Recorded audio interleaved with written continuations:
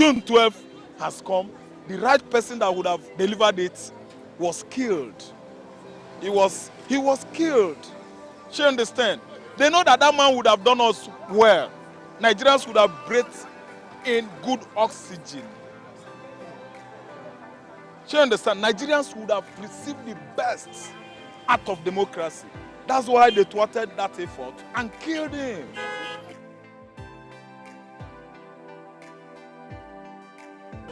President Muhammadu Buhari on Democracy Day has said that the National Stadium in Abuja will be named after the late nationalist and philanthropist, the great MKO Abiola. Abiola was the presidential flag bearer on the platform of SDP in 1993, which he won the election. But his mandate was jeopardized by the then military president, Gbadamosi Babangida, as IBB. Today on Flip TV, we shall be looking at this topic. Very, very interesting topic. Have Nigerians enjoyed dividends of democracy since the annulment of June 12 election? None. None. We have not enjoyed peaceful democracy, neither have we enjoyed the dividend of democracy. There is something that most people have not asked. From that very June 12 to these days, that I've been asking myself as a person. June 12, 1993. Have anybody ever asked IBB why did he annul the election? Since the annulment of June 12, what we've seen in the recent time as a democracy or democratic setup has never been so, benefitable, or we are not beneficiaries of democracy at all. So to a certain extent, what I can even say we are enjoying as dividend of democracy, freedom of speech. Nigerians have not enjoyed the dividends of democracy. On your side, to me, I would advise every individual, if you have your money, travel out. Majoritarianism is the tenet of democracy. You carry the majority, the electorate that voted you there. But this time around, the representatives, the stewardship, they are the recipients of the dividend because they cut away millions every month to their bank accounts. Millions goes there. They don't care for those little child that are hawking granite on the streets. They don't care for the less privileged. They don't care for the what do you call them, the handicap. They don't care for anybody. They care for their family. Dividend of democracy is rubbish in Nigeria. We don't have it here. Join me as I take you on this journey. I'm Michael Adekunle. You are still watching Vox Pop on Flip TV. I'll be right back.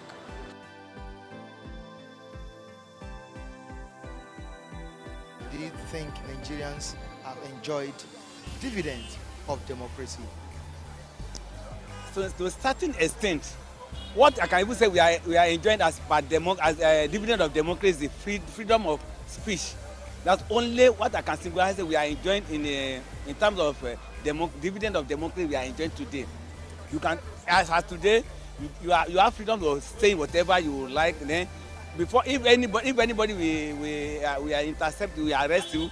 Actually, they back it with law. That's only what I can say. Nigeria is enjoying by dividend that Nigeria enjoying through democracy. That's what I can even say.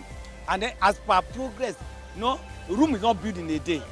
Nigeria is progressing gradually because I was, with the little education I have, I learned that before America got to this advanced stage, it takes them 100 years before they got to this stage. Nigeria as of today, as after independence, as of today, Nigeria is yet, so we never got to that, we never estimate the years America used before they come to develop their own development. So let us see hope for God to develop Nigeria, for God to help us intervene into Nigeria's matter. No, has Nigeria been progressive since that time, since the annulment of June 12? No. Nigeria have not been progressive because the expectation, the hope of people then was shattered. The hope of people there was there to send away to send away military era and then take over and hand over democracy by themselves. And the democracy, government of people by the people themselves. But as at now, the people are not ruling. The leaders that we are appointed today are already corrupt, and the corruption is already in their blood. And it's like blood and water cannot be inseparable.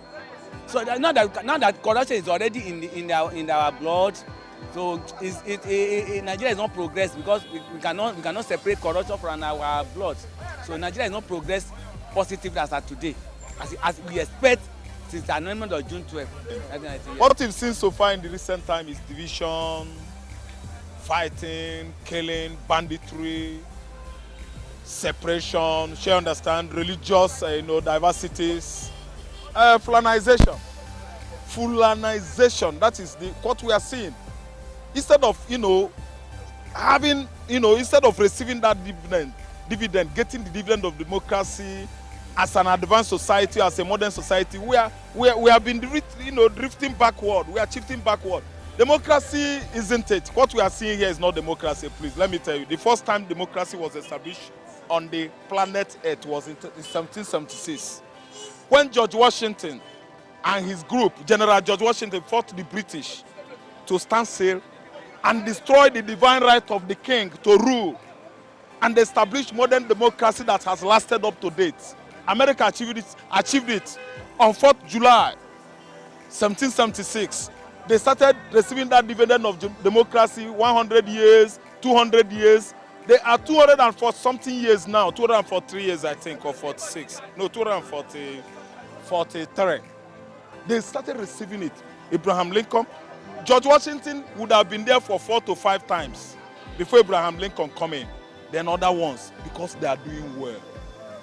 They know what it means to be a democratic society. Nigeria here, we are not practicing democracy, ethnic diversities, religious differences, Islamization and Fulanization, as you can see, it is on course. So we are not seeing any dividend. June 12th has come. The right person that would have delivered it was killed. He was killed. You understand? They know that that man would have done us well. Nigerians would have breathed in good oxygen. You understand? Nigerians would have received the best out of democracy. That's why they thwarted that effort and killed him. You understand? So that they will take over. Hausa, Fulani, please. I'm sorry that we always say Hausa. It's not Hausa. Hausa people are very good people. Fulani man has never seen anything good on Hausas. Fulani man has never seen anything good on Igbos or Yorubas. Fulani man believe that Osman Danfodio, their father, is the owner of this land. I'm telling you that they can rule, that they are better than you. But metaphorically or ironically, I want you to compare Obasanjo regime to Buhari regime. I want you to compare Jonathan regime to Buhari regime. You understand me? I want you to compare the then Anestonico regime, interim government president then, to this regime. They believe that they know everything. The Fulani man know. Let me tell you, the other day here, they had issue with this Marwa people, Marwa drivers. That useless, idiotic Nigerian Fulani was challenging a Nigerian. Oh God, he said, after all, we are the owner of Nigeria. Almost everybody just gathered up. They wanted to lynch him. He ran away. He said he's the owner of Nigeria. And the Nigerian guy was at fault. I mean, a guy from Niger, Fulani Nigerian. He was at fault. People say, but you were at fault. And you are now telling this guy that you are the owner of Nigeria, you won't do anything or blah, blah, blah. They wanted to beat him. Do you understand? So, bros, there is nothing like dividend of democracy in Nigeria. We have never. The people I can tell you that are reaping the dividend of democracy in Nigeria are the government officials, public office holders, people in the house, upper house, lower house, local government, house of state house, governors, ministers. They are reaping it there, and their families. They are the ones reaping the benefit of democracy, because it is a government by the representatives of the people, not the people again. Which majoritarianism is the tenet of democracy. You carry the majority, the electorate that voted you there.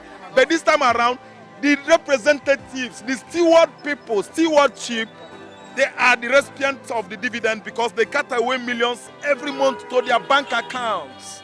Millions goes there. They don't care for those little child that are hawking granite on the streets. They don't care for the less privileged. They don't care for the what do you call them, the handicap. They don't care for anybody. They care for their family. Dividend of democracy is rubbish in Nigeria. We don't have it here. This present dispensation is worsening the matter. It's even worsening the cause of democracy in Nigeria.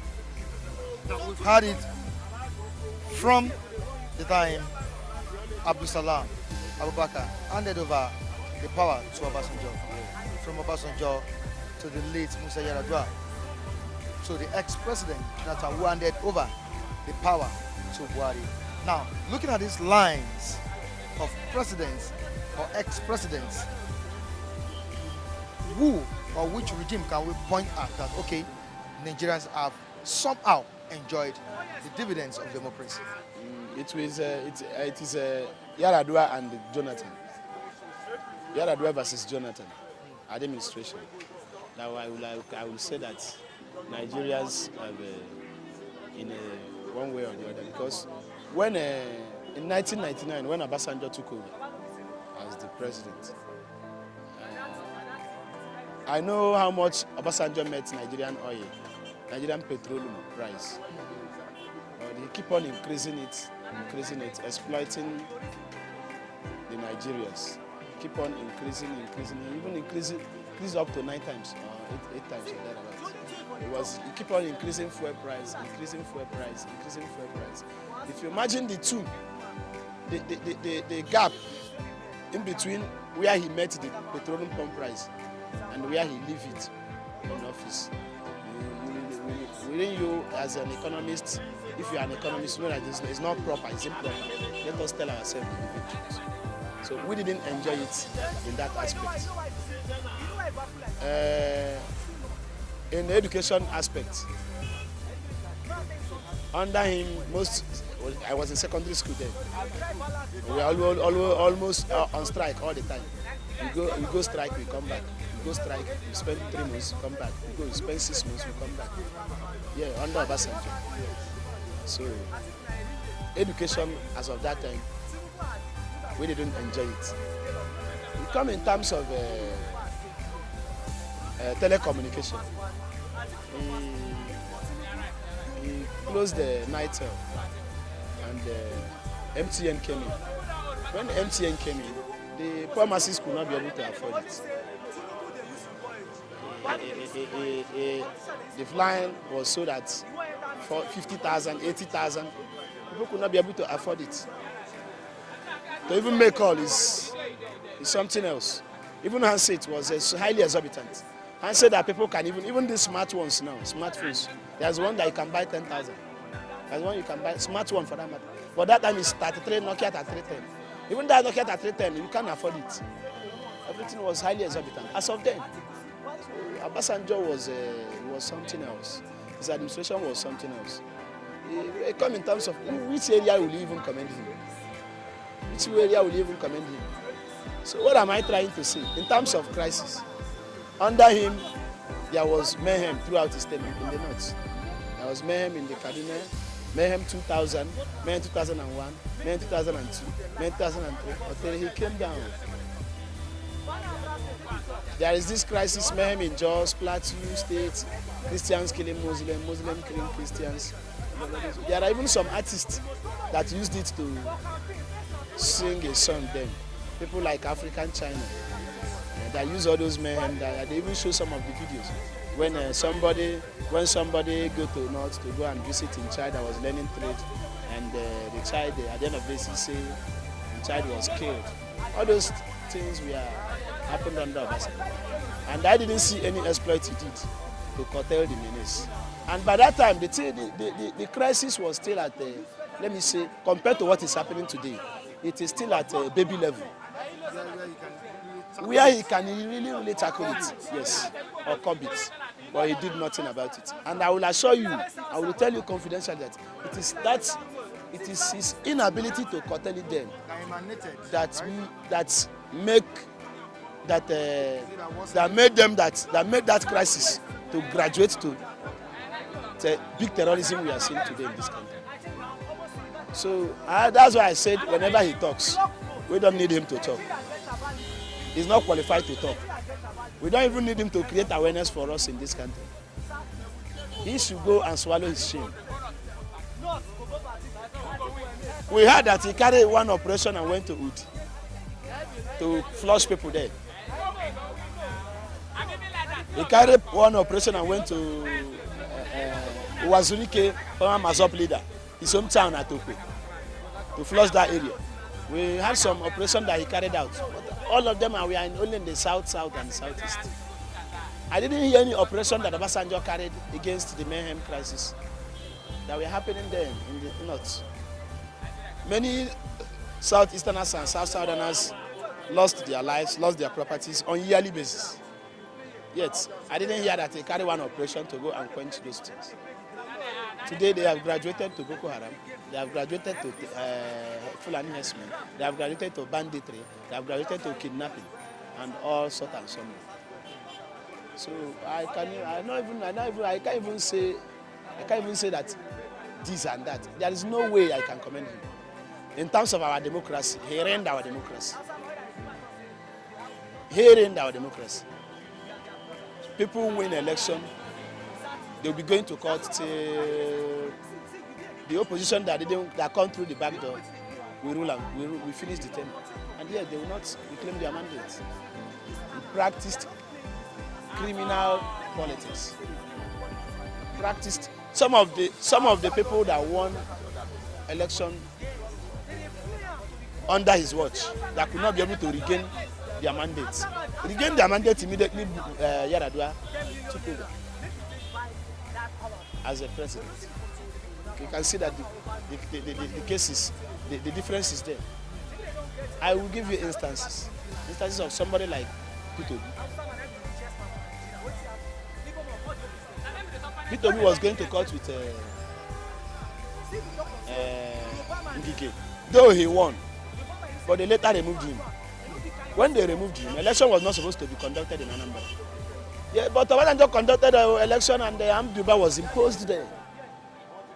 Why P2B has not finished his mandate? When Yar'Adua steps in, P2B went to Supreme Court and reclaimed his mandate back. Somebody like who did I mention? Amechi. What's me, Amechi? Yes. All those people, we are now beginning to see the rule of law under Yar'Adua. Yar'Adua uphold the rule of law. When he entered, fuel petrol price was like that 7-something naira. He brought it down to 50 naira. And he maintained it till sickness started worrying him. He maintained it at that level. Under his watch, I have not seen any Christmas day time, period, that there will be high exorbitant of transport fare under Yar'Adua. Southeasterners will travel peacefully and come back with cheap transportation, fuel cheap, everything. No hinge, no nothing. During Yar'Adua's time? During Yar'Adua's time. But during Obasanjo, he was exploiting it. During Christmas period like this, petroleum pump price will rise. Easterners will find it difficult to find their way home. Is it even in NEPA that I will recommend him? Okay, you want to privatize NEPA? Fine. You say you send Nitel packing and you give us power holding. Power holding now come and hold light, bata. You don't even see light again. Can somebody that is a true Nigerian that want to tell Nigerian truths can now come and tell us, will now come and tell us that PSCN did exploit as a power organization in Nigeria? Definitely we know that they didn't do anything. Obasanjo brought them. In what area will he commend them in? So what am I saying? Yar'Adua came. There was Niger Delta militants. When Obasanjo was there, he was using high-handedness of military.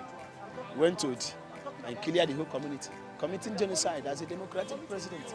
It's not proper. If we are a military president, but this one we are a democratic president, and we are committing genocide upon the people that we are ruling. You went to there to scatter their place. The same way that you went to scatter, your successor came. He didn't follow the same approach. He used another dimension. Yaradua versus Goodluck. Yaradua versus Goodluck introduced amnesty and bring what we call youth restiveness in the Niger Delta area.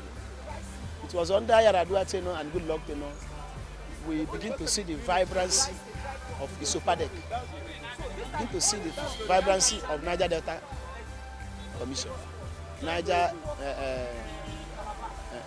Delta NDDC, Niger Delta Development Commission. It was under Yaradua about Goodluck.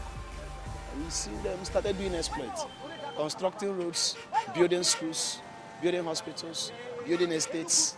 Even my school, even my state was a testimony to that. Yeah, you see schools constructed by NDDC, primary, secondary, even estates, even roads, better roads. Doing some youth empowerment. It was under Yaradua's troop, Goodluck. Under Obasanjo, the Sopadec was not functioning. NDDC was a lion bulldog. It was a toothless bulldog. I don't see any way that I could commend that now. So I would say, Goodluck tenure, we recommended it. Nigeria recommended a great, tremendous, and highly placed infrastructural development. For Obasanjo years in office, Lagos-Ibadan Express Road was in a mess. It became the den of robbers, potholes everywhere. Goodluck could be able to try to start it all the way from there to Ore. During his tenure, at least that is a tangible progress. It was under Goodluck that we could be able to record railway, modern railway from Abuja to Kano. He constructed. We recorded so many tremendous, especially in the north. It was under Goodluck that 12 extra federal universities was created in this country and was shared according to regions. It was under Goodluck that extra number of barracks, military barracks, was created and built. So there are so many other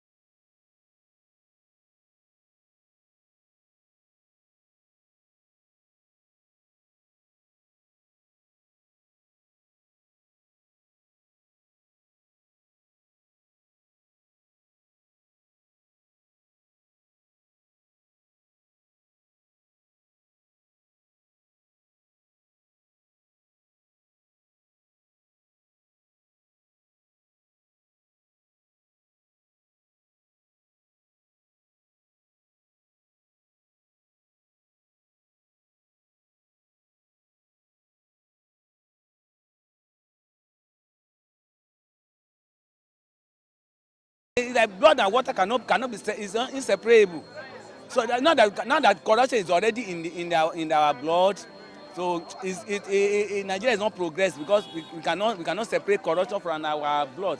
So Nigeria is not progressed positively as of today, as we expect since the announcement of June 12, 1990. Yes. Thank you so much for your contribution. Nice one from you. Flip TV, click on your YouTube channel. It's a sensitive question, which you yourself you know. Have anybody asked him? We are just celebrating this man. Buhari named National Stadium after Abiola, trying to make him a hero of democracy. What were his manifestos? Why were the people fighting for him? Why did they clamoring for him to become president? These are questions people need to ask themselves. Would he have made the difference? Would he have made a difference? To me, the problem of this country is let me just say, Nigeria were not ripe for democracy before we got the independence. We should have allowed the West, the Europeans to rule us for the independence. Look at South Africa. Look at Kenya. Even Ghana. So what are we talking about here? See, Nigeria, let me tell you something. The solution, let me tell you something. Buhari, look at APC now. Instead of them, okay, Buhari said that in the next 10 years that he will bring 100 million Nigerians out of poverty. How? How is it going to happen? That's not possible. They promised even more than this during 2015. It's not possible. They're talking about Abiola. What we do, because he was giving arms to. See, let me tell you something. To me, as an individual, I don't see Abiola as the hero of democracy. I don't even see the reason why they even shifted May 29 to his day.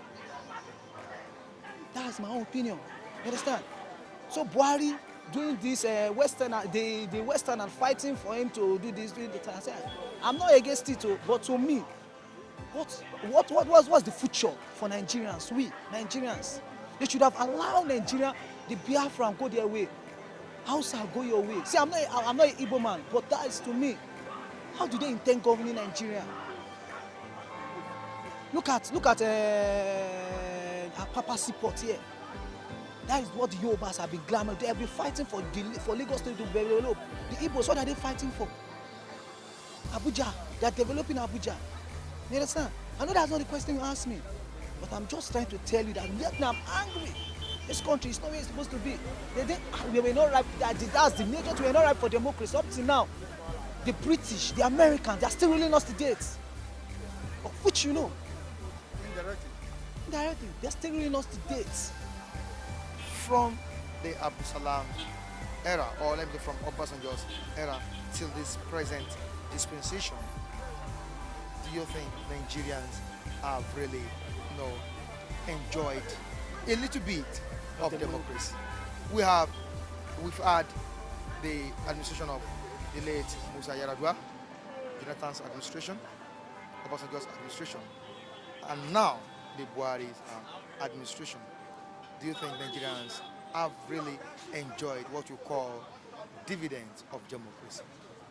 I will answer you directly. Nigerians have not enjoyed the dividends of democracy. In the sense of developmental wise, we've not enjoyed democracy. Because Obasanjo ruled during his time and Jonathan came on board. Because Yar'Adua, may so rest his peace. Because Yar'Adua made a lot for Nigeria. That man was a selfless man. He ruled selflessly. You understand?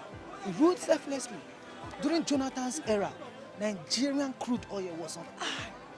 The crude oil, this man, Okunjo Iweala said that we should save, let's save. Jonathan was about saving. This man, Amechi came out and said, let's share this money. Nigeria were not able to save. Nobody's talking about this minister. He said he's doing transfer, he's doing rail, he's doing that. Why did he not allow Jonathan to save? Why did he not allow the government to save money back then? Supposing they saved that money, Nigeria will have what to fall on. During recession, we didn't have anything to fall on.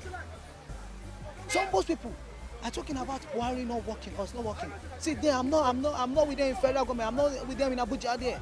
But I know for one thing for sure is that Saraki, with the way he emerged, and that of Dogara, Buhari have been saying these people were not cooperative enough with him.